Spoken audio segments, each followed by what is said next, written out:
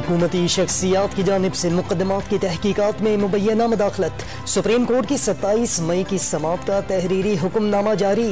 नए मुल्ज़मान के नाम ECL से निकालने की वजूहात तलब। रूल्स में तरमीम के बाद बैरून मुल्क जाने वालों का रिकॉर्ड भी मांग लिया। मरियम नवाज ने इमरान खान के इक़दामात को फसाद करार दे दिया। मरी में तकरीब के दौरान वाज़ेह किया कि इमरान खान को रोकना जिहाद है जो राना सनाउल्लाह कर रहे हैं। चेयरमैन PTI को दहशत गर्दों से भी खतरनाक करार देते हुए मरियम नवाज का नया ऑपरेशन रद्दुल फसाद लॉन्च करने की जरूरत पर जोर। धरना देते तो गोली चलने का खतरा था।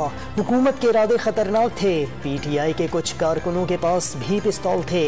इमरान खान का एतराफ। लॉन्ग मार्च खत्म करने के लिए डील का तासुर मुस्तरद।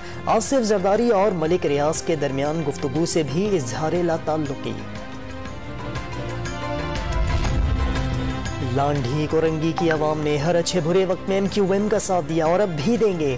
खालिद मकबूल सिद्दीकी का इन्हें 240 के ज़िम्नी इंतखाब में मरकजी इलेक्शन सेल के दफ्तर की इफ्तिताही तकरीब से खिताब।